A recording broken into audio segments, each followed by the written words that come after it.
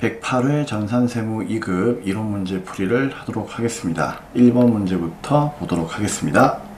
1번 문제입니다. 다음 중 회계정책과 추정의 변경 및 오류에 대한 설명으로 틀린 것은 무엇입니까?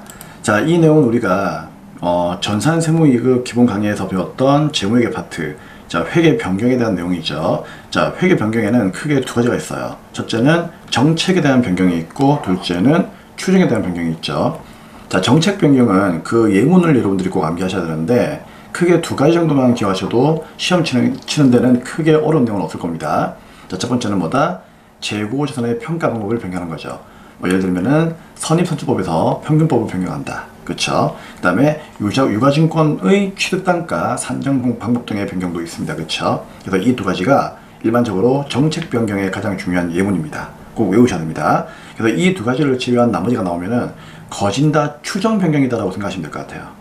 그러면 이런 회계정책 변경은 우리가 분개할 때 어떻게 처리하느냐?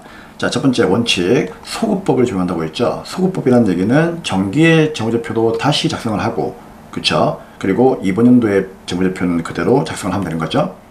자, 그래서 아무튼 얘는 전기분 재무제표까지 영향을 미친다는 얘기예요. 영향을 미치니까 정기의 어떤 단기순이익, 즉 이익잉여금의 변경 효과가 반영이 되겠죠.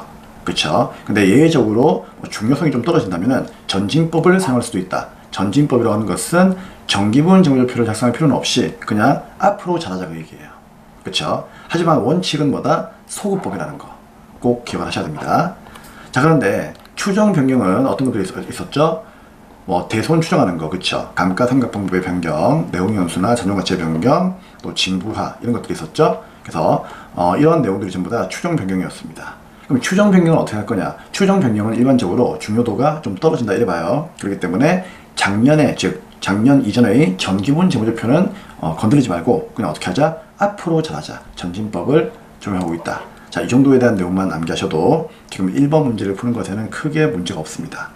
자, 참고사항으로 이런 이제 회계 변경은 어떨 때 변경할 수가 있는 거죠? 무조건 변경하는 게 아니죠. 정당한 회계 변경의 사유가 있다. 첫째, 기업 회계 기준이 변경되었을 것. 둘째, 회사가 합병할 경우. 셋째, 동종산업이 채택한 회계 정책이 합리적인 경우. 이렇게 세 가지의 경우에만 정당한 회계 변경의 사유가 되는 겁니다. 단 여기서 중요한 게 세법의 변경은 어떻습니까? 세법의 변경은 회계 변경과 관련이 없습니다. 아시겠죠? 세법이 아니에요. 기업 회계 기준이 변경되었을 때 변경을 할 수가 있다. 그런 얘기였습니다. 자, 기타 암기사항들. 만약에 정책 변경과 추정 변경이 이제 구분하기가 불가능하다. 그럴 경우는 어떻게 한다? 추정 변경으로 무조건 보시면 되고요. 정책 변경과 추정 변경이 동시에 발생했다. 그럼 퍼스트, 정책을 먼저 변경하고 세컨드, 추정 변경은 맨 나중에 해주시면 되는 겁니다. 자, 짧고 간단하게 쌤이 정리는 해드렸지만 여러분들이 기본 강의에서 많이 보았던 내용이기 때문에 크게 어려울 건 없다고 생각합니다. 자, 틀린 게 뭐냐? 1번 보겠습니다. 추정 변경의 효과는 어떻게 한다고 했죠, 방금? 당해 회계연도 개시일부터 적용하면 되는 거죠. 당해 회계연도 개시일부터 적용한다는 얘기는 뭐다? 전기분 재무제표는 건드린다, 건드리지 않는다. 건드리지 않는다, 그 얘기예요. 그러니까 전진법 사용하겠다, 그 얘기죠. 쌤이 방금 추정 변경은 전진법 사용한다고 했습니다. 그쵸? 앞으로 잘하자, 그 얘기예요. 정기권은 건드리지 않고 단기부터 그냥 그 이후의 변경 효과만 반영하자, 그런 뜻이었습니다. 자, 두 번째, 변경된 새로운 회계 정책은 원칙적으로 전진적으로 적용한다. 회계 정책은요, 정책 변경은요, 전진법이었죠. 자, 여기 볼까요? 정책 변경은 그렇죠, 전진법, 죄송합니다, 소급법이었죠. 소급법이 원칙이죠. 근데 여기는 뭐다? 전진적으로 적용한다? 틀렸죠. 원칙은 소급법이기 때문에, 그쵸? 전진법이 아니에요. 틀린 것은 2번이 되겠습니다. 자, 3번, 4번은 맞는 말이죠. 매기간 동일한 추정이나 정책을 사용하면은 어떨까요? 당연히 전기와 단기가 똑같은 방법 쓰고 있으니까 비교할 가능성이 그만큼 증대가 되겠죠. 그래서 재무제표의 유용성은 향상될 수밖에 없다. 자, 3번, 4번은 동시에 맞는 말을 하고 있는 겁니다. 틀린 것은 2번을 체크하시면 되겠습니다. 자, 잘 정리해 주시고요. 다음 2번 문제 가도록 하겠습니다. 네, 다음은 2번 문제입니다. 자, 2번 문제 화면을 잠시 보도록 하겠습니다. 자, 다음 중 주식배당에 대한 설명으로 가장 옳지 않은 것은 무엇입니까? 라고 되어 있는데, 자, 우리 잠시 여기 있는 내용을 좀 볼게요. 자, 만약에 우리가 이제 우리 회사가 주식회사인데 주주한테 배당을 해요. 그쵸? 그럼 주식회사가 주주한테 배당할 때는 현금 배당이 있고 주식 배당이 있죠. 그러면 현금 배당은 여러분 우리 수업 시간 때 어떻게 공부했죠? 첫째, 일단 이익잉여금이 먼저 감소를 하고 나서 그 다음에 미지급 배당금으로 이렇게 잡아놓았다가, 그쵸? 여 위에 있는 분계를 뭐라고 하죠? 현금 배당의 결의시의 분계라고 하죠. 그죠? 그럼 결의했다가 나중에 어떻게 한다? 현금 배당하게 되면은 미지급 배당금은 그대로 사라지면서 대변에 현금이라고 하는 자산이 나가는 거죠. 그럼 이런 현금 배당을 하게 되면은 우리 회사에 이제 회계 처리돼서 장부는 어떻게 변화하느냐? 일단 미지급 배당금은 상관없죠. 차변대변 퉁치면 얘들은 의미가 없는 거니까. 그러면 뭐만 보면 되는 거예요? 이익잉여금만 보면 되는 거죠. 현금이라. 그러면 이익잉여금이라고 하는 자본은 감소할 것이고 현금이라고 하는 자산도 감소하겠죠. 그렇죠? 왜냐면은 배당을 주려면 일단 벌어들인 잉여금에서 빼야 되기 때문에 이익잉여금 감소하면서 동시에 현금 나가니까 현금도 감소하는 거예요. 그래서 이에 대한 효과는 이익잉여금이 감소하면서 현금이라고 하는 자산도 감소하더라, 그 얘기예요. 근데 이익잉여금은 자본이니까 결국 자본이 감소하는 거잖아요. 그러면 자본도 뭐다? 전체 자본도 감소할 수밖에 없다, 그 얘기예요. 자, 그리고 주식 배당의 경우에는 어떻습니까? 똑같죠. 현금 배당을 하던 주식 배당을 하던 일단 뭐다? 이익잉여금에서 이렇게 자본을 감소시킨다는 거, 이건 똑같죠. 이익잉여금에서 어차피 돈을 빼야 되는 거니까 배당을 하려면. 근데 현금 배당은 어떻게 했다? 미지급 배당금 잡아놓았다가 나중에 현금을 배당했지만 주식 배당은 미교부 주식 배당금 잡아놓았다가 이렇게 결의를 하죠. 그리고 때가 되면은 배당을 주죠. 그때 미교부 주식 배당금이 사라지면서 배당을 줄 때 주식을 주는 거니까 주식을 발행해야지. 주식을 발행하면 무조건 대변은 뭐다? 자본금. 그래서 자본금이 되는 거예요. 그쵸? 근데 얘는 어때요, 여러분? 이익잉여금이라고 한 자본은 감소했죠. 그쵸? 근데 자본금이라고 한 자본이 다시 증가했잖아. 그죠? 그러면 우리 회사 전체 자본에 대한 이제 영향은 어떻게 될까? 불변이겠죠. 쌤, 왜 이거 불변이에요? 자, 봐요. 현금 배당은 이익잉여금이라고 하는 자본이 정말 감소했잖아요. 그쵸? 근데 다시 대변에 자본이 증가한 게 있습니까? 여러분 혹시 거래판례소에서 자본의 감소는 차변, 자본의 증가는 대변, 이건 알고 있죠? 여러분을 과소평가하는 게 아니고 혹시나 싶어서. 자, 그러면 이익잉여금이라고 하는 자본은 감소했기 때문에 자본이 감소하고 끝나는 거잖아요. 그러니까 자본이 감소한다니까요. 근데 주식 배당은 어때요? 이익잉여금이라고 하는 자본은 감소를 했는데 나중에 주식을 발행하면서 다시 자본금이라고 하는 자본이 증가하잖아요. 그러면 얘도 자본이고 얘도 자본인데 얘는 감소하고 얘는 증가하면은 줄었다가 다시 올라온 거니까 원위치죠. 그렇기 때문에 자본은 뭐다? 불변한다, 그 얘기예요. 이해하시겠죠? 자, 이런 논리를 잘 아셔야 됩니다. 그래서 다시 한번 얘기 드리지만 현금 배당이든 주식 배당이든 공통점은 아무튼 이익잉여금에서 돈을 빼야 되기 때문에 이익잉여금은 감소한다는 거예요. 그쵸? 근데 차이점은 뭐가 있습니까? 얘는 현금이라고 하는 자산을 주기 때문에 자산이 감소하지만 얘는 자본금이라고 하는 주식을 주기 때문에 자본이 증가한다는 얘기죠. 이해하시겠죠? 근데 여기서는 자본이 감소한 요소만 나와 있지 자본이 증가한 요소는 없으니까 전체 자본은 감소하는 거죠. 근데 얘는 자본이 감소했다가 다시 자본금이라고 하는 자본이 증가했기 때문에 자본의 구성 요소만 바뀌는 거지 전체 자본은 불변한다는 얘기죠. 맞잖아요. 10은 감소했다가 10은 증가하는 거니까 어차피 퉁치면 보다 자본은 불변하는 거잖아요. 그래서 그런 내용들을 여러분들이 이해를 하셔야 됩니다. 자, 그러면 이건 배당을 주는 회사의 입장이고, 그럼 배당을 받는 사람의 입장은 뭐가 될까요? 즉 주주의 입장은 뭐가 될까? 자, 주주의 입장에서는 현금 배당은 어때요? 주주는 현금 배당을 받게 되면은 현금이 들어오기 때문에 차변의 현금, 대변의 뭐다?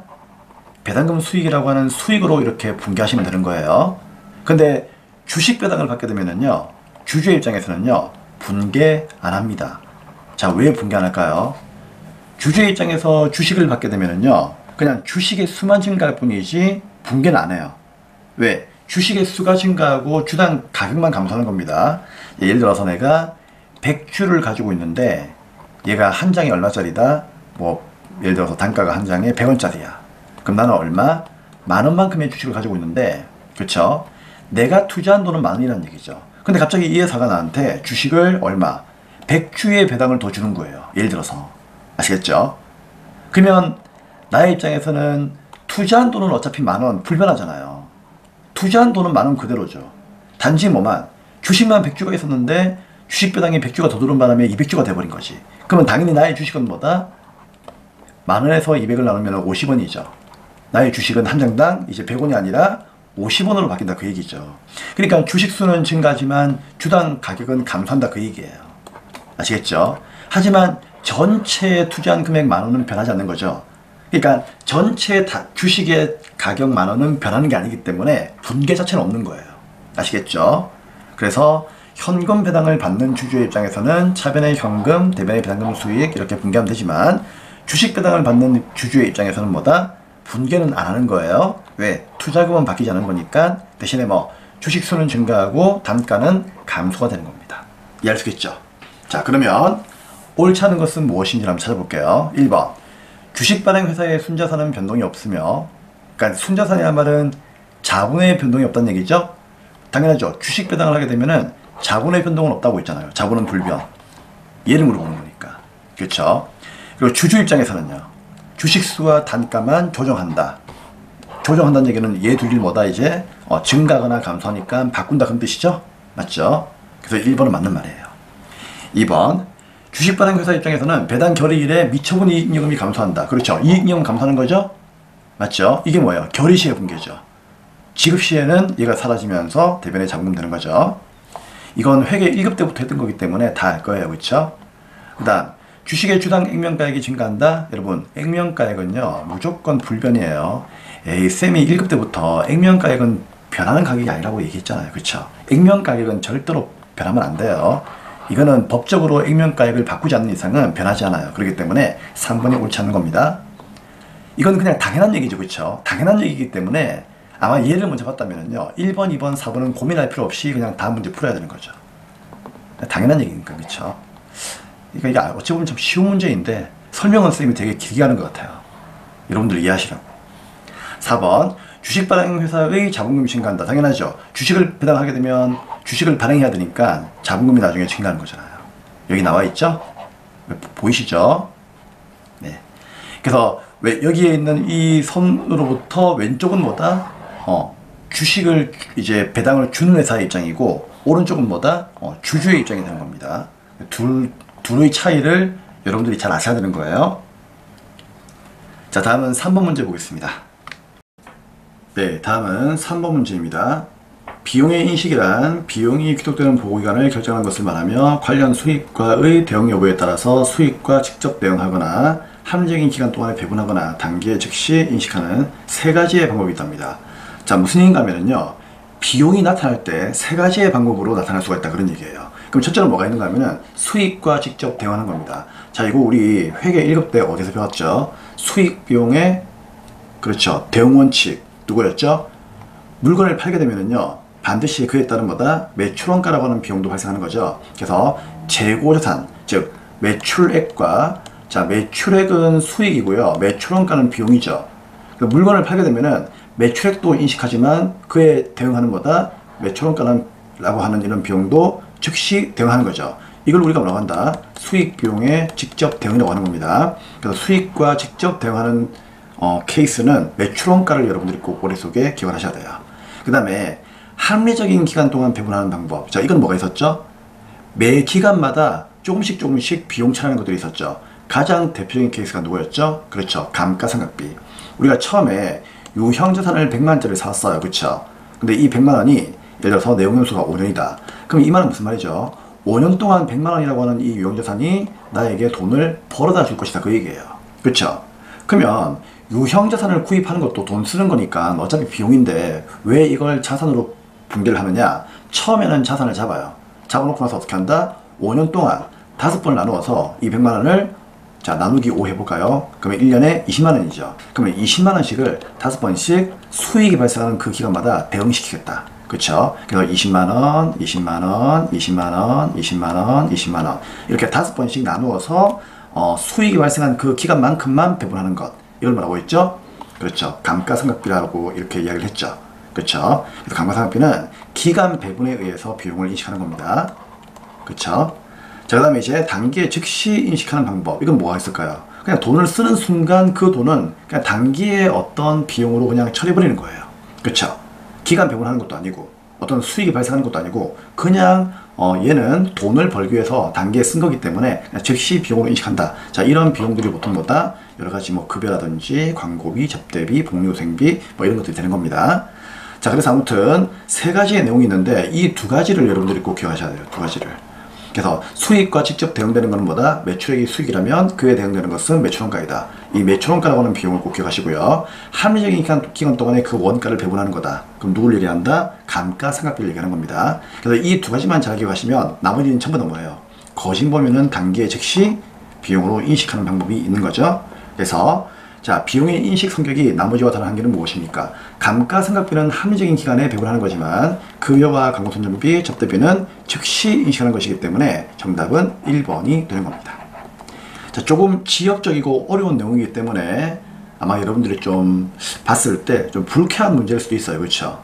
요즘 뭐 흔히 말하는 뭐 그 킬러 문항, 그렇죠? 네, 그런 내용일 수도 있습니다.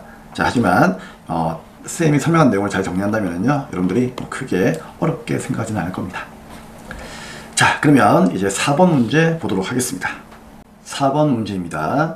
다음 중 재무상태표와 손익계산서 모두 영향을 미치는 오류는 무엇입니까? 라고 되어 있죠. 그 오류에 해당하는 것은, 자, 이 문제는요, 재무상태표에는 어차피 자산과 부채와 자본이 적힐 것이고 손익계산서에는 수익과 비용이 나오겠죠. 그럼 이 오류를 우리가 분개를 하거나 이렇게 고쳤을 때 자산, 부채, 자본 중에 하나, 그 다음에 수익과 비용 중에 하나, 이렇게 나오기만 하면 되는 거예요. 그러니까 재무상태표의 요소 중에 하나, 손익계산서의 요소 중에 하나가 나오면 되는 겁니다. 자, 그러면 1번 보겠습니다. 만기가 1년 이내에 도래하는 장기채무는 뭐죠?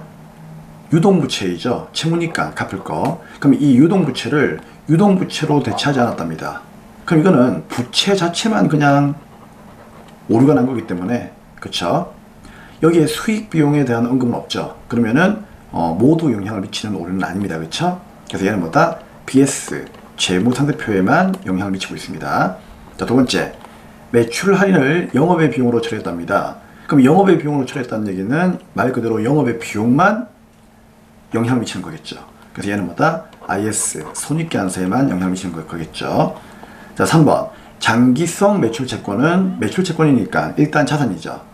그쵸? 근데 이 장기 매출채권을 그냥 일반적인 매출채권으로 불렸다는 얘기죠. 즉 단기로 처리했다는 얘기죠.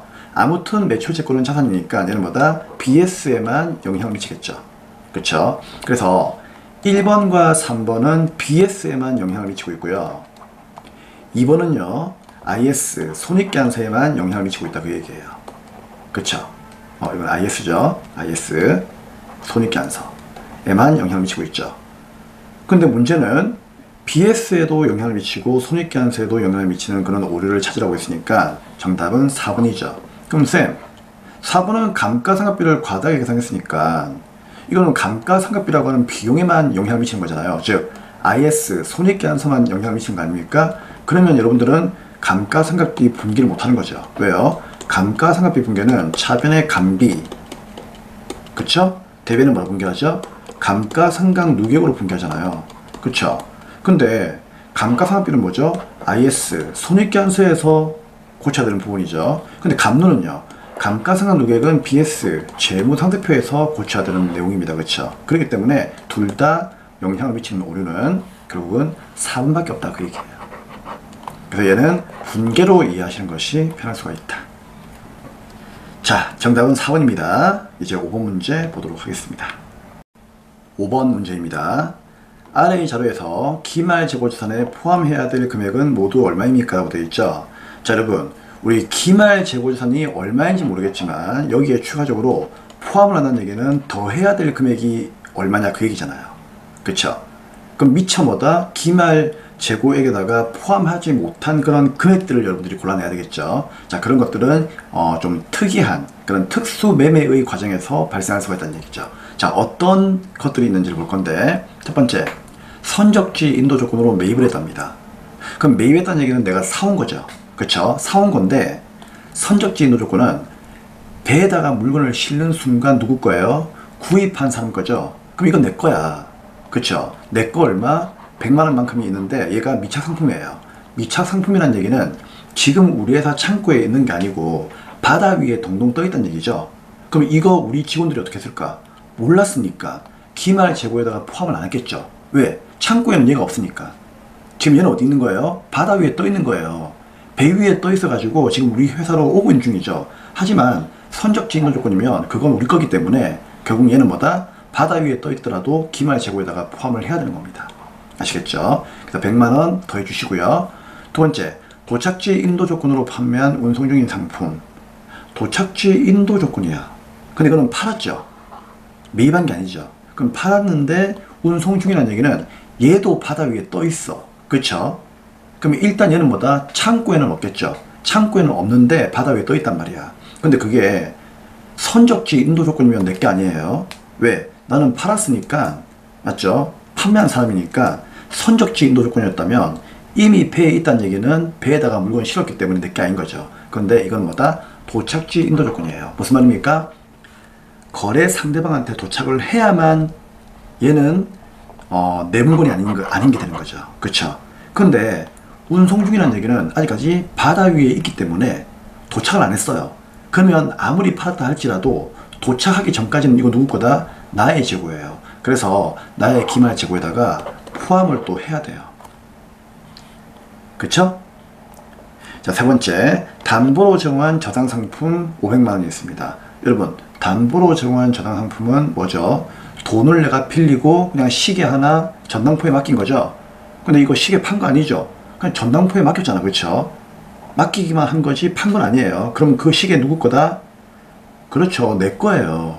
나는 그냥 뭐라고요? 돈을 빌리면서 담보로 맡겼을 뿐이지 판 건 아니야. 그럼 그거 내 거야. 내 거니까 당연히 우리 창고에 없겠죠. 창고에 없었으니까 포함 안 했겠죠. 그럼 지금 포함을 해 주셔야죠. 그쵸? 그 다음에 반품률을 합리적으로 추정이 가능한 상태로 판매한 상품. 자, 반품률이 추정 가능하면은 그거는 판매가 된 거니까 그냥 판 거예요. 얘는 포함하면 안 돼. 왜? 얘는 그냥 팔린 거야. 만약에 합리적으로 추정이 불가능했다면요, 얘도 더 해야 됩니다. 근데 추정이 가능하다면, 반품률이 추정 가능하다면 그것보다 판매로 보는 거예요. 그렇기 때문에 얘는 건드릴 필요가 없습니다. 결국은 100만 원과 300과 500을 더하면 되는 거기 때문에 900만 원만큼을 추가로 더 해주시면 되는 겁니다. 맞죠? 왜? 100만 원과 300만 원만큼은 바다 위에 둥둥 떠 있고요. 그쵸? 500만 원만큼은 어디에 있다? 전당포에 맡겨져 있다. 그런 얘기예요. 그쵸? 하지만 내 거예요. 그렇기 때문에 100, 300, 500 더한 900이 정답이 되는 겁니다. 6번 문제입니다. 제조부서에서 사용하는 비품의 감가상각비 70만 원만큼을 판매부서의 감가상각비로 회계처리했답니다. 뭐라? 무슨 얘기죠? 제조부라는 얘기는 공장이죠. 그럼 공장의 제조 원가에 속하는 500번대의 감가상각비를 판매부서라는 얘기는요, 800번대의 감가상각비로 처리했다. 그 얘기예요. 그쵸? 그럼 이 말은 500번대라고 하는 것은 뭐죠? 제조 원가죠. 그럼 얘는 어디로? 제조 원가 명세서로 가야 되는데 이걸 어디로? 800번대 판매비와 관리비인 IS 손익계산서로 보내버렸다. 그 얘기예요. 그쵸? 그럼 이런 해당 오류가 단기 손익에 미친 영향으로 오른 것은 무엇입니까? 라고 되어 있는데, 단기에 생산한 제품은 모두 단기에 판매가 되고 기초와 기말 정품은 없는 것으로 가정을 합니다. 자, 그러면 어떤 일이 일어날까요? 일단 500번대 감가상각비 있죠. 얘는 제조 원가예요. 제조 원가인데 얘가 제조 원가는 나중에 뭐다? 제품이라고 하는 자산이 되잖아요. 그쵸? 제품이라고 하는 자산이 되는 건데 문제는 이겁니다. 얘가 뭐다? 단기에 생산한 제품 모두 팔렸답니다. 결국 뭐예요? 얘는 팔렸다는 얘기죠. 그럼 팔렸으니까 뭘로? 매출 원가라고 하는 비용이 되었겠죠. 맞죠? 그쵸? 그럼 결국은 500번대 감가상각비가 800번대로 같더라도 일단 뭐다? 얘도 비용이 된 거예요. 왜? 단기에 판매가 되었다는 얘기는 방금 쌤이 몇 번 문제에서, 자, 여기 한번 볼까요? 자, 3번 문제에서 얘기했죠. 비용을 인식할 때 어떻게 한다고요? 수익과 비용이 직접적으로 대응되는 경우가 있다고 했죠. 어떤 경우? 물건을 팔게 되면은 매출원가가 발생한다. 즉, 매출원가라고 하는 비용이 발생한다. 그럼 결국은 여기 있는 감가상각비 500번대는 맞죠? 처음에는 원가였지만 결국은 제품을 만들어 가지고 팔았기 때문에. 왜? 기말 정품이 없다는 얘기는요, 전부 다 제품을 만들었다는 얘기죠. 그리고 모두 판매가 되었다는 얘기예요. 팔았기 때문에 결국은 얘도 뭐다? 매출원가라고 하는 비용이 된 거예요. 그쵸? 근데 얘가 매출원가라고 하는 비용이 되었어야 되는데 어떻게 했다는 얘기입니까? 800번대 감가상각비인 판매비와 관리비로 넣어버렸다, 그 얘기예요. 맞죠? 결국은 매출원가가 돼야 될 이 비용 70만원이 판매비와 관리비가 된 거예요. 그럼 매출원가는 70만원만큼 뭐다? 과소하게 계산이 되었지만은 판매비와 관리비는 뭐다? 70만원만큼이 과대하게 계산이 되었겠죠. 그래서 매출원가는 과소, 판매비와 관리비는 과대가 되었을 거예요. 하지만 어차피 둘 다 뭐다? 비용 처리했기 때문에 단기 순이익에 미치는 영향은 있다 없다? 단기 순이익에 미치는 영향은 아마 없을 겁니다. 아시겠습니까? 그렇죠? 네. 그리고 매출원가와 판매비와 관리비는 이제 영업이익에도 영향을 주니까 영업이익에도 결국 뭐다? 미치는 영향은 아마 없을 거예요. 단지 그냥 이 비용 자리가 매출원가에서 판매비와 관리비로 그냥 바뀌었을 뿐이지 영업이익이나 단기순이익에 영향을 미치는 경우는 없을 겁니다. 그렇기 때문에 3번, 4번 영업이익에는 영향을 미치지 않기 때문에 과소도 아니고 과대도 아니겠죠. 영향을 미치지 않는다, 그 얘기예요. 아시겠죠? 영향이 없다. 그럼 어디가 영향이 있다? 단지 매출원가가 돼야 되는 애가 판매비와 관리비가 되었으므로 그냥 비용의 위치만 바뀌었다는 얘기죠. 그쵸? 그러면 1번 제품 매출원가가 70만원만큼 과소하게 계산된다. 그렇죠? 매출원가로 가야 될 애가 판매비와 관리비로 갔으니까 매출원가라고 하는 비용은 과소하게 계산이 되겠죠. 옳은 것은 1번이 되겠습니다. 그럼 쌤, 2번은 왜 틀렸죠? 매출 총이익이 70만원만큼 과소하진 않겠죠. 그쵸? 왜요? 매출 총이익은 공식이 뭐죠? 매출액에서, 그쵸? 순매출액에서 뭐다? 매출원가를 빼는 거잖아요. 근데 매출원가로 가야 되는 이 70만원이 매출원가로 안 가고 어디로 갔다? 판매비와 관리비로 갔으니까 빼주는 금액이 작아졌겠죠. 그러면 매출 총이익은 뭐다? 많아지겠죠. 그쵸? 그렇기 때문에 2번은 틀린 겁니다. 이것도. 그래서 1번이 정답이 되는 겁니다. 자, 조금 어려운 문제예요. 어려운 문제지만 곰곰이 한번 생각해 볼 수 있도록 합니다. 7번 문제입니다. 다음에 광명의 원가 관련 자료입니다. 단기에 가공원가는 얼마입니까? 자, 가공원가가 뭐죠? 가공원가는 직접 재료비를 제외한 나머지 원가죠. 그렇죠? 결국 그럼 누굴 얘기하는 걸까요? 직접 재료비를 제외한 나머지 원가다. 그럼 누구 얘기하는 거겠습니까? 당연히 직접 노무비 플러스 누구? 그렇죠. 제조 간접비를 얘기하는 거죠. 그렇죠. 결국은 직접 재료비와 제조 간접비의 그냥 합이 가공비가 되는 거예요. 그렇죠? 그러면 여기서 여러분들은 뭐다? 직접 노무비하고 간접비만 구하면 돼요. 그러면은 재료는 볼 필요가 없어. 그렇죠? 그럼 직접 노무비 얼마? 20만원. 그죠? 그럼 얘가 20만원이니까 여기다가 20만원 적으시면 되고요. 플러스 제조간접비인데 제조간접비가 지금 보니까 고정간접비하고 변동간접비로 나누어져 있죠. 그럼 고정간접비는 50만원이네요. 그럼 50만원만큼을 더하면 답이 나오느냐? 그건 아니고요. 이제 고정간접비도 구해야 되겠죠. 변동간접비도 구해야 되겠죠. 그럼 고정은 50만원 나왔으니까 변동만 더해주면 되는데 변동간접원가는 직접 노무원가의 3배랍니다. 즉 20만원의 3배란 얘기죠. 2, 3은 6, 60만원이겠죠. 산수죠. 그러면 직접 노무비 20만원에다가 재료간접비에 고정비 50만원, 변동비 60만원 다니까 전체 합이 얼마예요? 합이 얼마? 네, 130이죠. 정답은 3번이 되는 겁니다. 쉬운 문제죠. 네. 그래서 다시 한번 얘기 드리지만 가공원가라고 하는 것은 직접 재료비를 제외한 나머지의 원가, 즉 누구이다? 직접 노무비와 제조간접비의 합이다. 이걸 여러분들이 아셔야 돼요. 아시겠죠? 그것만 알면은 문제 푸는 데는 크게 어려움이 없을 겁니다. 네, 다음은 8번 문제입니다. 지금 우리 7번 문제부터는요, 원가 회계가 나오고 있죠. 자, 그런 부분을 좀 참고하시고 강의를 들으시면 되겠습니다. 다음 자료에서 설명하는 원가의 행태 예시로 가장 올바른 것은 무엇입니까? 자, 첫 번째 볼까요? 조업도가 0이라도 일정한 원가가 발생하고 조업도가 증가할수록 원가도 비례적으로 증가한다. 자, 조업도가 0이라도 자 볼까요? 우리 원가선 X축이 뭐였죠? 생산량 Q였죠. Y축이 원가 C가 되는 겁니다. 코스트. 그쵸? 자, 그러면은 조업도가 0이라는 얘기는 생산하지 않았다는 얘기죠. 물건을 한 개도 안 만들었는데 일정한 원가가 발생한답니다. 무슨 말이죠? 기본 요금이 발생한다 그 얘기죠. 그쵸? 그리고 조업도가 증가할수록 원가도 비례적으로 증가한다. 어디에서? 여기에서 증가하는 게 아니라 여기에서 증가한다는 얘기예요. 즉 이 말은 물건을 만들지 않았음에도 불구하고 이렇게 고정비가 있다는 얘기죠. 그럼 이렇게 고정비하고 변동비가 혼합된 이 혼합원가, 그쵸? 혼합원가를 우리는 다른 말로 뭐라고 합니까? 준 변동비라고 하죠. 전산회계 1급 때부터 봤던 건데 이걸 기억이 안 나요. 그러면 할 수 없는 거죠. 그쵸? 자, 준 변동비라고 합니다. 그럼 여기에 예시가 가장 올바른 게 무엇이냐? 쌤, 이거 준 변동비 설명할 때 전산회계 1급 때도 쌤 늘 얘기했죠. 준 변동비 어떤 게 있다고 했죠? 그렇죠. 전기세, 수도요금 이것만 기억하시면 돼요. 또 여러분 가지고 있는 뭐 핸드폰 요금 이런 거 있죠. 즉 고정 이제 기본 요금 있는 것들, 고정비가 기본적으로 깔려 있는 것들. 자, 그런 요금들 얘기하는 겁니다. 정답은 4번이 되겠습니다. 전기요금, 수도요금이 가장 대표적인 케이스예요. 9번 문제입니다. 자, 9번 문제는 잠시 화면을 보겠습니다.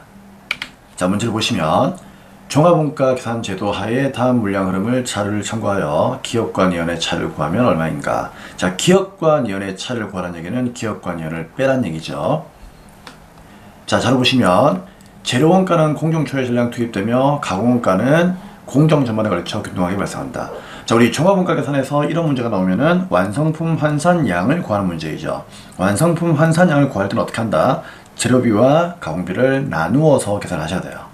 근데 재료비는 공정초에 전량 투입된다라고 했으니까 자, 이런 경우에는 뭐죠? 당연히 착수 시에 투입된다라고 보시면 되는 거죠. 근데 가공비는 공정 전반에 걸쳐 균등하게 발생한다. 그러면 균등 발생이니까 얘는 뭐다? 네, 진행으로 보시면 된다 그 얘기예요. 어려운 내용이 아니죠.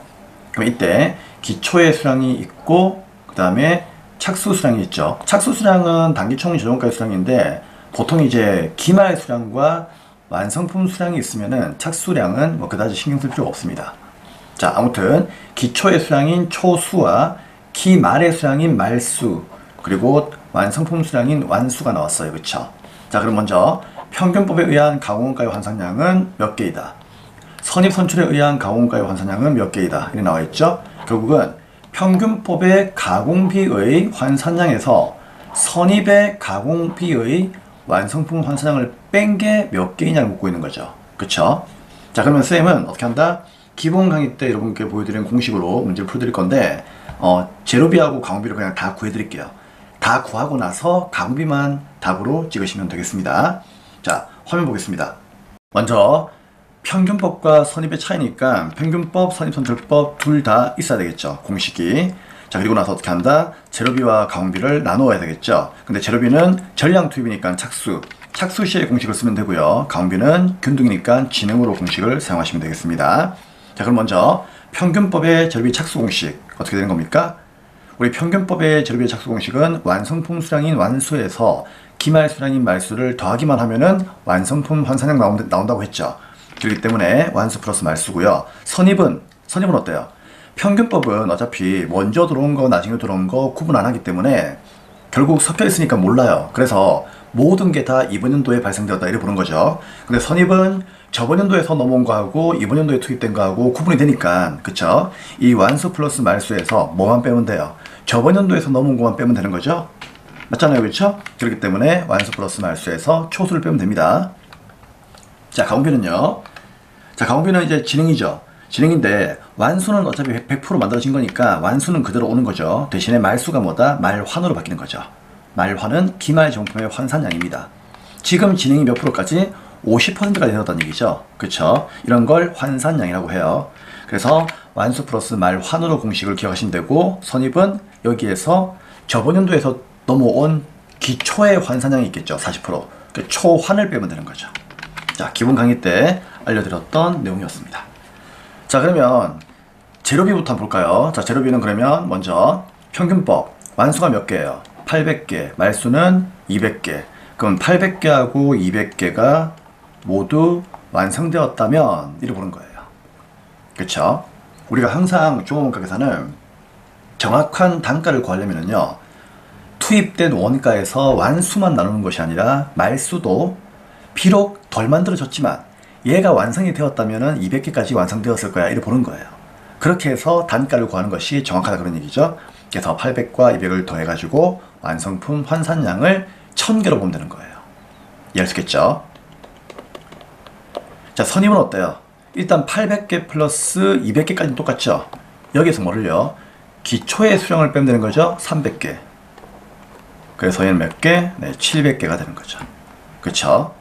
자, 가공비는 어떻습니까? 자, 가공비는 완수 플러스 말환이죠. 그럼 완수는 그대로 800개인데 말환은 뭐죠? 200개가 아니죠. 200개에서 완성된 퍼센테이지 50%, 100개를 더하면 되는 것이고, 그럼 900개. 자, 선입은요, 완수 800개에서 플러스 뭐다? 말환이죠. 기말이 200개니까 50%, 250, 100개죠. 그러니까 여기까지는 똑같아요. 그쵸? 단지 여기서 뭐다? 마이너스 초환을 하면 되겠죠. 초환. 초환은 여기에 300개에서 40%니까 3, 42, 120개를 빼면 된다 그런 얘기예요. 그럼 얼마 나온다? 네, 780개가 나오겠죠. 이해할 수 있겠습니까? 근데 문제에서는 뭐죠? 기억과 니은의 차이죠. 근데 기억은 뭐예요? 평균법의 가공원가의 환산량. 그럼 평균법의 가공원가의 환산량은 900개잖아요. 그리고 선입의 가공원가의 환산량은 780개잖아요. 그쵸? 그럼 여기에서 이거를 뺀 게 몇 개냐 그 얘기예요. 몇 개? 120개가 정답이 되는 거죠. 정답은 2번이 되는 겁니다. 이해할 수 있겠죠? 근데 여러분, 쌤이 이거 그냥 풀이를 하는 거니까 여러분께 하나하나 다 보여드린 거지만 이거 10초 만에 구할 수 있는 방법이 있다고 했죠? 어떻게 하면 되는 겁니까? 그렇죠. 평균법과 선입선출법의 완성품 환산량의 결국 차이를 묻고 있는 거잖아요. 그럼 평균법과 선입의 완성품 환산량의 차이 120개는 누구랑 똑같아요? 결국은 평균과 선입은요, 공식이 여기까지는 똑같잖아요. 그쵸? 단지 뭐다? 초한을 빼는 것 뿐이죠. 그러면 이거 여러분들 공부 열심히 했다면은 다들 이 문제는 뭐다? 공식을 쓰지 않고 그냥 어떻게 한다? 가공비는 환산량이니까 말환이니까, 그쵸? 그리고 기초는 초환이니까 그냥 뭐다? 기초의 환산량 얘만 찾으면 되는 거예요. 그럼 기초 정품이 300개니까 환산량은 40%, 3, 42 그냥 이게 답이에요. 그래서 공부를 열심히 하시고 기본 강의 때 집중하신 분들은 아마 쌤이 했던 이 이야기가 떠올릴 거예요. 그쵸? 떠오를 거니까 당연히 이런 문제 나오는 순간 뭐다? 이거 뭐야? 이거 공식 필요 없지. 그냥 뭐다? 어차피 평균과 선입은 기초의 차이니까 3, 4, 12 그냥 이거 구해가지고 답을 찍는 거죠. 그쵸? 근데 만약에 예를 들어서 얘가 가공비의 차이가 아니고 재료비의 차이였다. 그럼 그때는 뭐예요? 그때는 초환이 아니라 초수죠.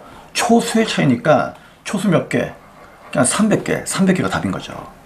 결국 평균과 선입은 뭐의 차이다? 기초 수량의 차이입니다. 아시겠죠? 기초 수량만 보시면 되는 거예요. 자, 다음은 이제 10번 문제 보도록 하겠습니다. 네, 다음은 10번 문제입니다.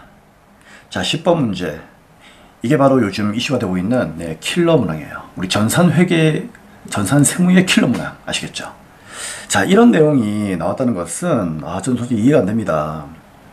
너무 그 주관사에서 우리 수험생들을 뭐 세무사 공부를 하고 와라 이런 소리도 아니고 그냥 세무 전산회계 공부하는 건데 너무 좀 지역적인 내용까지 이렇게 문제를 만들어서 낸다면은 이거 누가 맞출 수 있겠습니까? 그쵸? 그래서 이 문제는 이해가 되면은 이해를 하시고 안 되면은 그냥 뭡니까? 간단한 키워드만 암기하고 넘어가세요. 아시겠죠? 자, 화면 잠시 보겠습니다. 문제부터 보겠습니다. 다음 중 공손 및 작업 폐물의 회계 처리에 대한 설명으로 틀린 것은 무엇입니까? 자, 공손이라고 하는 것은 불량품이고, 그쵸? 작업 폐물은 말 그대로 작업 시 발생하는 찌꺼기, 폐기물들 얘기하는 거죠. 그럼 먼저 공손품을 먼저 볼 건데요. 공손품은 참고로 제공품 계정에서 기초와 단기총 제공가를 투입을 해서 제품을 만들어요. 그 만드는 과정에서 완성되면 완성품, 덜 만들어진 것은 기말 제공품이 되는 거죠. 그럼 예를 들어서 기초가 100개이고 단기총 제공가 900원, 900개이다. 900원이다. 예를 들어서 100원이고 900원이다.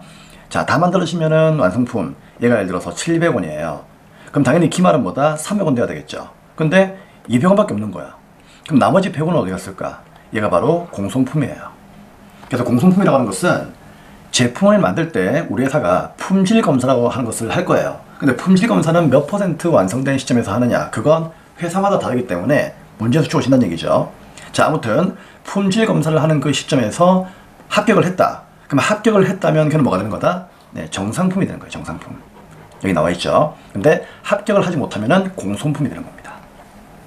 그럼 이렇게 합격을 하지 못한 이 공손품이 예를 들어서 100원치가 있다는 얘기예요. 근데 얘를 다시 정상공손이냐 비정상공손이냐를 따지는 거죠. 정상공손이면 어떻게 한다? 얘는 그냥 정상품의 원가에다 포함을 하자 그런 얘기예요. 왜? 그래, 물건 만들다 보면은 그럴 수 있다 이렇게 보는 거예요. 근데 비정상공손은 그럴 수 없다는 얘기죠. 이거는 순수하게 뭐다? 작업자들의 실수다. 이런 경우에는 뭐라고 한다? 영업의 비용으로 처리하는데 이때 이제 처리하는 이름이 공손손실이에요. 이해되겠죠? 자, 그러면 문제 보겠습니다. 1번 정상적이면서 모든 작업에 공통되는 공손원가는 공손이 발생한 제조원을 부과하여 간접원가의 배부 과정을 통해서 모든 작업에 배부되도록 한다. 그냥 맞는 말이다 하고 넘어가시고요. 자, 문제 자체가 어려운 문제이기 때문에 그냥 그렇구나 하고 넘어가세요. 자, 2번 비정상 공손품의 제조원가가 8만원이고 처분가치가 만원이라면 다음 가치를 처리한다. 자, 우선 제공품이 이제 품질 검사를 통해 가지고 완성품이 되어가는 그 과정에서 이제 공손이 발생하는 거죠. 그러면은 항상 이 분계 자체는 뭐다? 제공품 자체가 이제 공손이 되었으니까 제공품은 자산의 감소로 대변에 이렇게 사라집니다. 아시겠죠? 그게 8만원이에요. 근데 비정상 공손이면 쌤이 뭘 분개하나? 공손 손실이라고 하는 영업의 비용으로 처리하고 있잖아요. 그럼 차변은 뭐다? 공손 손실 8만원이 맞아요. 근데 이 중에서 처분 가치가 많은 만큼이 발생되었다 그런 얘기죠. 이게 뭔가 하면요, 공손품에 처분 가치가 있는 경우에 대한 케이스입니다. 이거는 우리가 흔히 알고 있는 세무사 시험이라든지 회계사 시험에서도 상당히 좀 지엽적인 내용이에요. 자, 그런 문제가 우리 전산세무 전산회계에서 나왔다. 야, 참 이건 뭐 우리 보고 뭐예요? 예, 그냥 뭐 세무사 공부하라 그 얘기죠. 우리가 그런 거 공부하려면 1년 2년 동안 취업도 안 하고 계속 그것만 봐야 되는데, 그렇죠? 우린 빨리 이 자격증을 따가지고 취업을 하기 위한 목적으로 지금 현재 공부하는 거잖아요. 그렇죠? 그렇기 때문에 너무 좀 지엽적으로 문제가 출제가 된 겁니다.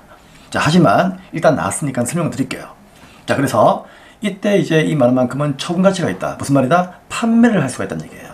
판매할 수 있다는 얘기는 판매 목적의 물건이 되었다는 얘기죠. 즉, 재고 자산으로 봐라 그 얘기예요. 그래서 요 많은 만큼은 재고 자산이라고 하는 자산으로 증가시키는 분기를 해야 됩니다. 아시겠죠? 그럼 그 이름 뭐라고 한다? 공손품이다 라고 하는 이름으로 분개하시면 되는 거예요. 아시겠죠? 만약에 전부 다 처분가치가 없었다면 그냥 8만원이 공손 손실이 되는 거죠. 근데 처분가치가 있기 때문에 공손품이라고 하는 이름으로 분개하시면 된다. 자, 1번, 2번 맞는 거고요. 이제 3번. 작업 회물이 정상적이면서 모든 작업에 공통되는 경우에는 처분가치를 제조원자본가에서 차감한다. 여러분, 작업 회물은 찌꺼기잖아요. 근데 얘를 뭐다? 처분가치가 있다는 얘기는 팔 수 있다는 얘기죠. 팔아가지고 현금화할 수 있다는 얘기예요. 무슨 말이죠? 우리 회사에 수익을 가져다 준다 그런 뜻이잖아요. 그쵸? 그럼 수익을 가져다 주는 거기 때문에 얘는 뭐죠? 원가에 포함해야 될까? 원가에서 빼야 될까?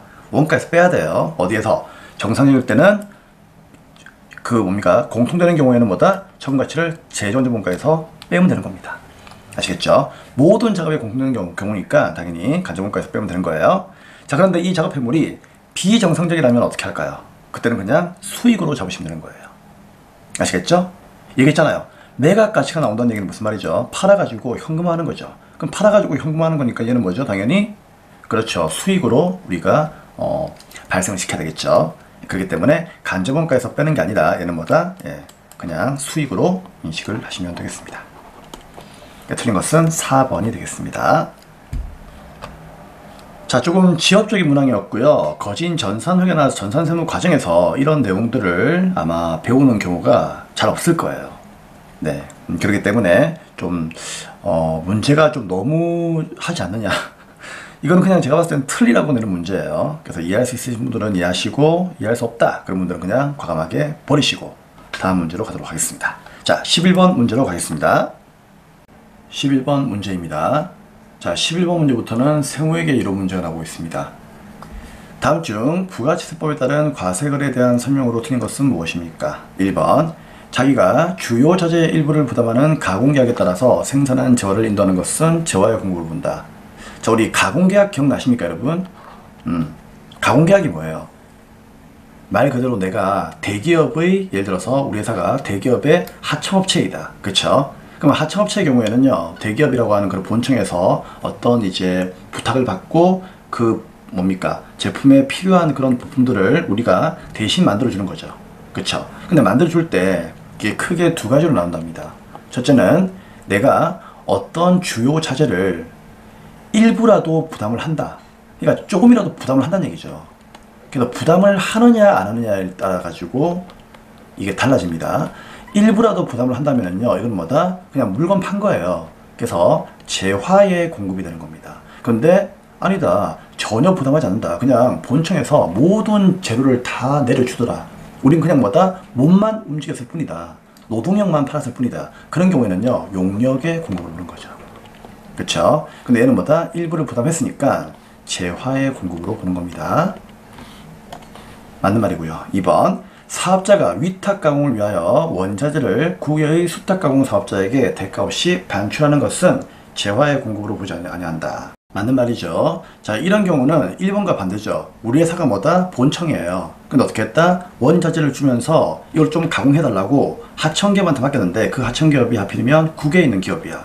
그렇더라도 일단 우리가 이 원자재를 판매한 건 아니죠. 그러니까 원자재를 주면서 가공을 한 다음에 다시 우리가 가져올 거기 때문에 원자재에 대한 거래가 일어난 건 아니죠. 그렇기 때문에 재화의 공급을 보지 아니한다 맞는 말입니다. 자, 3번은 잠시 해보고요. 4번부터 볼게요. 자, 사업자가 특수 관계인에게 사업용 부동산 임대 용역을 제공하는 것은 뭐다? 그렇죠. 용역의 공급으로 본다. 당연한 거죠. 임대 용역 그 자체가 용역이기 때문에 용역의 공급으로 보는 겁니다. 그럼 여러분 여쭤볼게요. 이거 만약에 있잖아요. 무상으로 제공했다. 그럼 용역의 공급으로 봅니까 안 봅니까? 무상으로 제공하는 것도 용역의 공급으로 보는 겁니다. 에이, 이거 잊으시면 안 되죠. 선생님 이거 정말 강조했어요. 특수관계인이 누구에게, 죄송합니다. 사업자가 누구에게? 특수관계인에게 사업용 부동산의 임대 용역을 돈 받고 제공하는 것은 그건 당연히 용역의 공급이 맞아요. 근데 특수관계인이 하필이면 내 자녀야, 내 가족이야. 그런 경우에는 돈을 받지 않고도 부동산 임대 용역을 공짜로 제공할 수가 있겠죠. 그럼 이런 경우는 쌤, 돈 안 받았으니까 무상이지 않습니까? 이건 용역의 공급이 아니잖아요. 아니요. 이런 경우에는 예외적으로 용역의 공급으로 봅니다. 그래서 유무상 따지지 않고 무조건 용역의 공급으로 보는 겁니다. 알고 있죠? 자, 중요한 내용이었습니다. 자, 그럼 정답은 몇 번이다? 네, 3번이 틀린 것이 되겠네요. 자, 왜 틀렸을까 볼까요? 주된 사업과 관련하여 용역을 제공하는 과정에서 필연적으로 생기는 재화의 공급이 있다는 얘기죠. 그럴 경우에는 어떻게 하느냐? 주된 용역의 공급에 포함하는 것으로 본다? 그건 아니고요. 별도의 공급으로 봅니다. 대신에 얘가 주된 용역이 뭔가에 따라 가지고 면세라도 과세가 될 수 있고 과세라도 면세가 될 수 있다는 얘기죠. 예를 들면 우리 회사가 미술학원이야. 그럼 미술학원은 학생들한테 그냥 미술 교육만 시키면 되는 거죠. 근데 미술학원에서 수강할 때 학생들이 스케치북이나 크레파스를 사야 되는데 사기가 좀 귀찮은 거야. 그러면 학원에서 그걸 별도로 어떻게 한다? 판매할 수 있다는 얘기죠. 제공할 수 있다는 얘기입니다. 맞습니까? 그럼 이런 건 어떻게 한다? 별도의 공급을 봐야 되겠죠. 다만 미술학원 자체는 면세업자인데 스케치북이나 또는 크레파스는 과세제화죠. 하지만 미술학원 자체가 즉 주된 용역이 면세이기 때문에 이때는 아무리 주된이 아니라 종된, 즉 딸려가는 재화나 용역이 과세라고 할지라도 주가 면세이면 이때는 예외적으로 과세가 면세로 될 수도 있다. 그 얘기예요. 아시겠죠? 자, 그런 내용들을 쌤이 기본 강의 때 여러분께 정말 깊이 있게 설명을 해드린 걸로 알고 있으니까 꼭 그 내용들을 참고하셔야 됩니다. 자, 다음은 12번 문제 보도록 하겠습니다. 12번 문제입니다. 다음 중 부가치세법에 따른 신고와 납부에 대한 설명으로 틀린 것은 무엇입니까? 1번 모든 사업자는 예정 신고 기간의 과세표준과 납부세액을 관할 세무서에 신고해야 한다. 틀린 거 바로 나왔죠? 몇 번? 1번입니다. 여러분, 모든 사업자는 아니죠. 예정 신고 기간의 과표와 납부세액을 신고하지 않는 경우도 있죠. 즉 예정 신고 안 하는 사업자도 있죠. 누가 대표적인 케이스입니까? 첫 번째, 개인 사업자. 그렇죠. 개인 사업자는 아무래도 능력이 떨어지니까 너희들은 뭐다? 예정 신고하지 마. 대신에 국가가 고지서에다가 너희들이 납부해야 되는 그 금액을 우편으로 보내줄 테니까 그것만 납부 잘해라 그 얘기죠. 그렇죠. 자, 옛날에는 없었는데 좀 새롭게 이제 나온 것 중에서 이런 것도 있죠. 직전 과세기간의 공과액 합계액이, 즉 전년도 매출액 중에서 부가세 빼고, 그렇죠, 부가세 빼고 매출액 그 합계액이 1억 5천만 원 미만인 법인 사업자도 개인 사업자와 마찬가지로 예정 신고하지 않습니다. 자, 예정 신고를 하지 않는다는 것이 납부를 하는 거예요. 납부는 어떻게 하죠? 그 직전 과세기간에 납부한 그 세액의 50%를 이제 우편으로 날라올 거예요. 그럼 우편으로 날라오는 거 그거 확인해 가지고 내면 되는 거예요. 자, 그래서 예정 신고 기간은 모든 사업자에게 적용되는 것은 아닙니다. 자, 그래서 1번 틀린 게 답이 나왔고, 2번 간이과세자에서 해당 과세기간 개시일 현재 일반 과세자로 변경된 경우에는 예정고지가 면제가 됩니다. 그렇죠. 자, 3번 조기에 환급을 받기 위하여 신고한 사업자는 이미 신고한 과표와 납부한 세액 또는 환급받은 세액은 신고하지 않습니다. 4번 폐업을 하는 경우에 폐업일이 속하는 달의 다음 달 25일까지 과세표준과 세액을 신고해야 된다. 이거 중요하죠. 자, 이게 왜 중요합니까? 예를 들어서 우리가 사업을 잘하고 있다가 10월 달에 폐업을 했다는 얘기죠. 10월 달에. 그렇죠. 근데 10월 달은요. 언제예요? 10, 11, 12월 달은 2기 확정이죠. 그렇죠. 그럼 2기 확정은 원래 신고를 언제까지 하는 겁니까? 다음 연도 1월 25일까지 하는 거죠. 근데 우리가 10월 달에 폐업했다면 다음 연도 1월 25일 날 신고하는 게 아니고요. 다음 달 11월 25일까지, 다음 달 11월 25일까지 예외적으로 부가세를 신고를 해야 됩니다. 신고를 마지막으로 하고 이제 문을 닫으시면 된다 그 얘기예요. 아시겠죠? 자, 1번이 정답이고요. 이제 13번 문제 보도록 하겠습니다. 13번 문제입니다. 다음 중 세금계산서에 대한 설명으로 가장 올바르지 않은 것은 무엇입니까? 1번 소매업을 영위하는 사업자. 자, 소매업을 영위하는 사업자는 주로 누구들에게? 사업자와의 거래가 아니라 최종 소비자인 여러분과 저, 그쵸? 여러분과 저와 같은 최종 소비자하고 거래하는 사람들이죠. 그럼 이런 사업자가 영수증을 발급한 경우에는 상대방이 세금계산서를 요구할지라도 세금계산서를 발행할 수가 없다. 올바르지 않은 것은 1번이 되겠습니다. 잘 들어요. 소매업자는 원칙적으로 세금계산서를 발행하지 않습니다. 왜냐면은 소매업자는 주로 누구하고 거래합니까? 최종 소비자하고 거래하죠. 즉 여러분과 저처럼 최종적으로 제품을 소비한 사람하고 거래하기 때문에 최종 소비자는 매입세 공제가 안 돼요. 안 되니까 어떻게 한다? 발행하지 않는다 그 얘기죠. 그렇죠? 물론 최종 소비자가 사업자라면은 발행해 줘야 됩니다. 근데 사업자가 아니라 일반 개인이면은 그럴 경우에는 세금계산서 교부를 면제합니다. 근데 상대방이 세금계산서를 요구하는 경우가 있단 말이에요. 어떤 경우?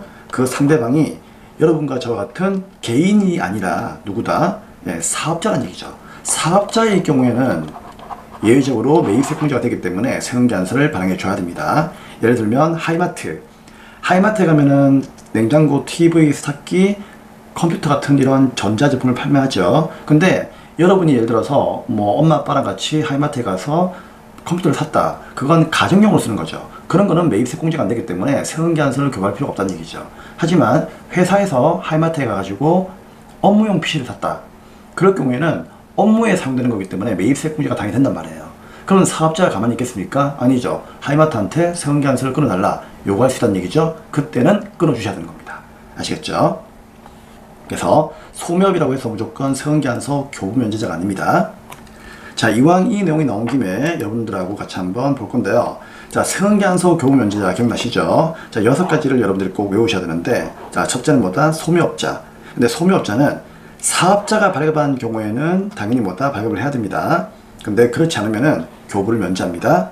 근데 소매업자를 제외한 나머지 2, 3, 4, 5, 6 있죠. 이거는 사업자가 발급을 요구해도 절대로 발급하시면 안 됩니다. 아시겠죠? 그래서 사업자가 발급을 요구할 수 있는 경우는 1번밖에 없는 거예요. 그 다음 택시, 목욕탕, 이발소, 미용, 자판기, 입장권 발행업자의 경우에도 교부를 면제하죠. 쌤 이거 외울 때 어떻게 외우라고 했죠?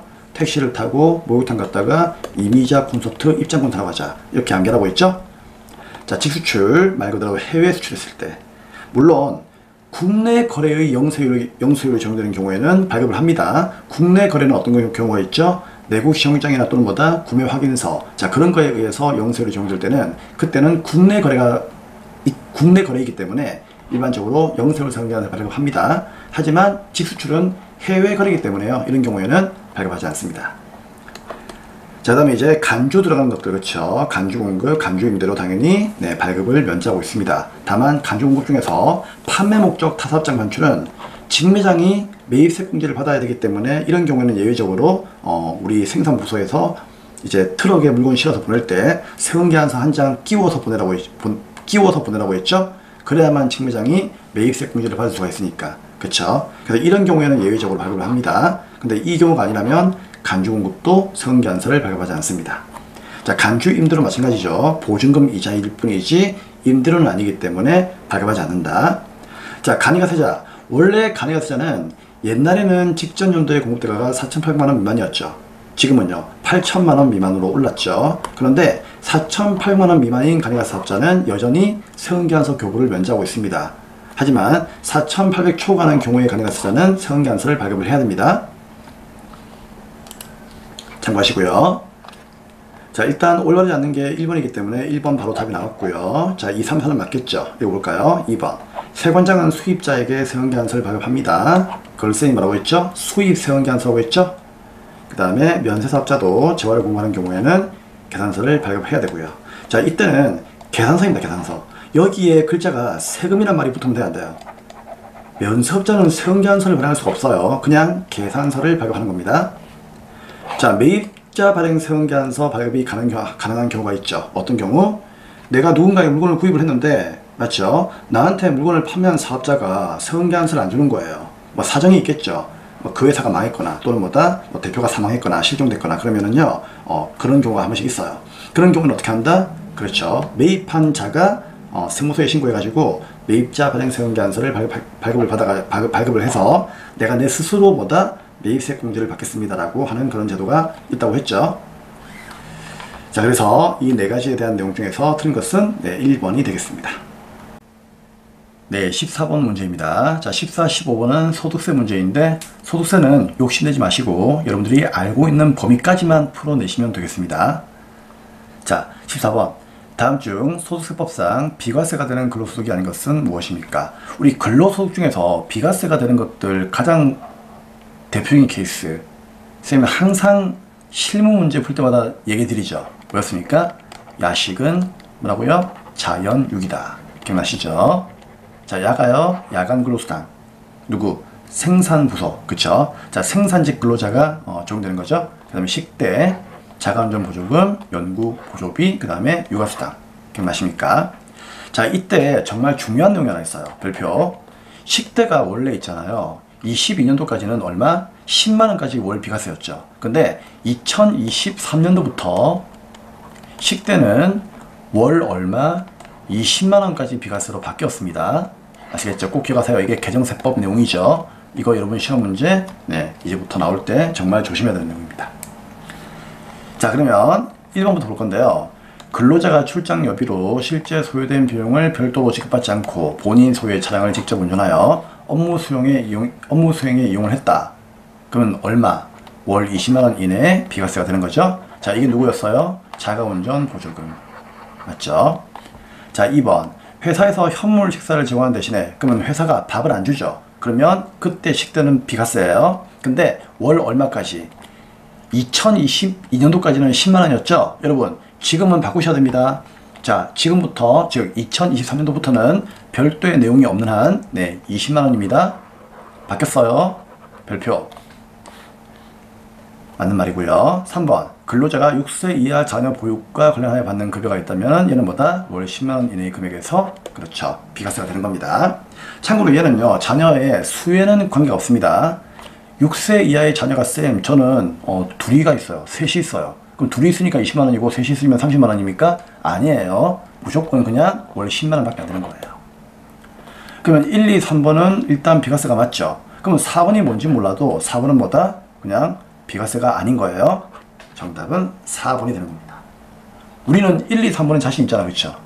근데 1, 2, 3번이 맞잖아. 그럼 4번을 찍어야죠. 그러면 4번은 뭐냐? 자, 대주주인 출자 임원. 자, 이런 사람들이 누군가면요, 우리 회사의 주주이자 우리 회사 안에서 또 뭐다? 일도 하고 있다는 얘기죠. 그쵸? 그러면 이런 이제 임원들은 사택을 제공받았다. 즉, 사택이란 말은 주거하는 이제 그 집을 얘기하는 거죠. 그 집을 제공받았다. 뭘로? 무상으로. 그럼 이때 이제 얻는 이익은 뭐가 되느냐? 당연히 근로소득으로 가산되는 겁니다. 그래서 대주주인 출자 임원에 대해서는요, 이제 비과세를 적용하고 있지 않습니다. 그럼 쌤, 만약에 이 임원이 있잖아요. 주주가 아니에요. 이 임원이 우리 회사에 대해서 주식이 없대요.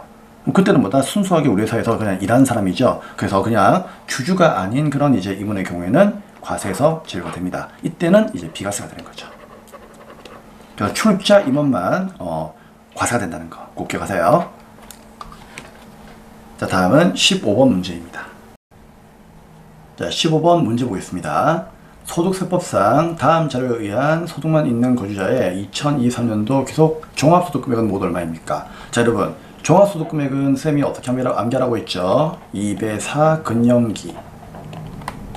근데 이거요, 순서대로 외우셔야 돼요. 아시겠죠? 그래서 이자, 배당, 사업, 근로, 연금, 기타 소득 알고 있죠? 그러면 종합소득금액이라고 하는 것은 이 모든 걸 다 합친 거니까 일단 여기서 여러분들이 지워야 되는 것은 양도소득이죠. 양도소득은 종합소득이 아니에요. 여기 없잖아요. 그렇죠? 그래서 얘는 함정입니다. 무시. 그러면은 사업과 근로만 봐야 되는데, 자, 문제는 뭔가 하면은 이 사업이 문제예요. 여러분, 이자나 배당이나 근로나 연금 기타는 손실이 있을까 없을까? 손실이 없죠. 왜요? 이자 배당은요, 그냥 돈 맡기면 주는 거예요. 그러니까 돈만 맡기면은 이자를 주고 돈만 맡기면은 배당을 주는 거죠. 손실이 없어요. 자, 근로소득. 여러분 혹시 회사 다닐 때, 그쵸? 일해주고 돈 받지, 일해주고 돈 냅니까? 아니죠. 손실이 없다는 얘기예요. 연금 마찬가지고 기타 마찬가지예요. 그래서 원래 사업을 제외한 나머지 소득은 결손금, 손실을 다른 말로 뭐라고 하죠? 결손금이라고 해요. 우리 세법에서는 손실을 다른 말로 결손금이라고 하는데, 결손금은 절대 뭐다?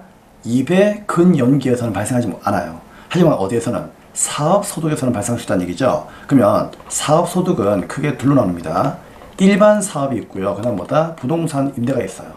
부동산 임대는 아무튼 좀 이미지가 별로 안 좋잖아. 그쵸? 둘을 갈라놓아서 이렇게 관리하고 있는데, 문제는 뭐다? 일반과 부동산 임대소득에서 결손금, 마이너스. 자, 마이너스가 손실이에요. 자, 손실을 세모로 표시합니다. 그러면 이 일반이나 부동산 임대소득에서 혹시라도 손실이 나올 수 있다는 얘기예요. 손실이. 그러면 이 손실이 나오게 되면 어떻게 하느냐? 이 손실은 다른 소득과 퉁치면 돼요. 그래서 그 순서가 근로소득과 먼저 퉁치고요. 그 다음에 연금, 기타, 그 다음에 이자 배당이에요. 그래서 근연기 2배 순서로 이렇게 손실을 퉁칩니다. 근데 문제는, 자, 이 사업소득에서 일반적인 사업이 있죠. 그러면 일반적인 사업에 대한 손실은 근연기 2배 순으로 해가지고 다른 소득과 퉁칠 수가 있어요. 근데 부동산 임대 있죠. 얘가 문제인데, 얘는요, 다른 소득금액과는 절대로 퉁칠 수가 없습니다. 부동산 임대 소득금액에서 만약에 손실이 발생했다. 그럼 얘는요, 다른 소득에서 퉁치는 게 아니라 내년으로 이월시키면서요, 내년에 만약에 부동산 임대 소득에서 이익이 발생한다. 그럼 그 이익과 퉁쳐야 됩니다. 그래서 여기 나와 있어요. 부동산 임대업에서 발생한 결손금은 뭐라고요? 해당 연도의 다른 소득금액에서 공제할 수가 없습니다. 그럼 어떻게 한다고요? 얘는 이월을 시켜서 다음 연도에 혹시나 부동산 임대에서 이익이 발생했다. 그러면 걔하고만 퉁쳐야 되는 거예요. 아시겠죠? 하지만 일반 사업에서 발생한 소득은, 손실은 다른 소득과 퉁칠 수가 있습니다. 자, 그러면 어떻게 하면 될까요? 결국은 여기에 있는 소득금액을 다 더해야 되겠죠? 그러면 사업소득금액에서 뭐다? 도소매업에서 2,500이 발생했어요. 그쵸? 근데 음식과 부동산은 둘 다 마이너스죠. 그러면 일단 마이너스는 일단 신경 쓰지 마세요. 그 다음에 근로소득금액에서 1,300이에요. 그러면은 종합소득금액의 합은 얼마입니까? 일단 지금은 플러스만 보자면은요, 2,500과 1,300. 자, 더하니까 얼마? 3,800 나오죠. 그럼 플러스만 보면은 3,800이에요. 그럼 쌤, 3,800이 답입니까? 아니죠. 결손금은 빼야 됩니다. 그래야만 순수한 종합소득금액이 나오는 거예요.